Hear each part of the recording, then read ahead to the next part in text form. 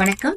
So உங்களை எத்தனை பேர் தியேட்டர் போய் மூவி பார்ப்பீங்க, இல்லை ஓடிடியில் மூவிஸ் பார்ப்பீங்க? மூவிஸ் பார்க்குறப்ப நம்ம அதிகமாக இருக்கக்கூடிய ஸ்நாக்ஸ் பார்த்தீங்கன்னா, இதோ இங்கே இருக்க சிப்ஸு, காராச்சேவு, காரா பூந்தி, கடலை மாவான செய்யப்பட்ட பொருட்கள், பாப்கார்ன்.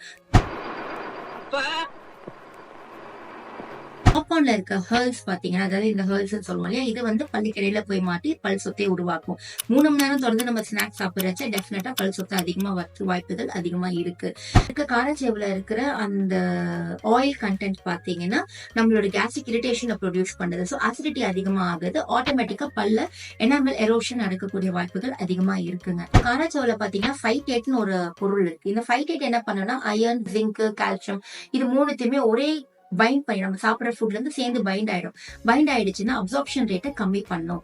ஸோ கால்சியம் டெஃபிஷியன்சி வரும், அயன் டெஃபிஷியன்சி வரும், ஜிங்க் டெஃபிஷியன்சி வரும். மூணுமே நம்ம பல்லுக்கும் வேணும், நம்மளோட போன்ஸுக்கும் சத்தா வேணும். ஸோ இந்த காராச்சேவை டைரக்டா நம்ம சிக் பீஸை இந்த மாதிரி ஸ்நாக்கா எடுக்காம, ரொம்ப அதிகமா எடுக்காம கண்ட்ரோல்டா எடுத்துக்கலாம்.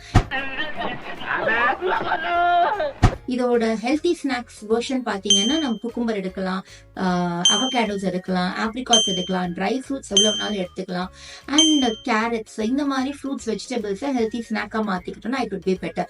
ஸோ மூவிஸ் பாக்குறச்ச இந்த மாதிரி அன்ஹெல்த்தி ஸ்நாக்ஸா இல்லாம ஹெல்த்தி ஸ்நாக்ஸா எடுத்துக்கோங்க.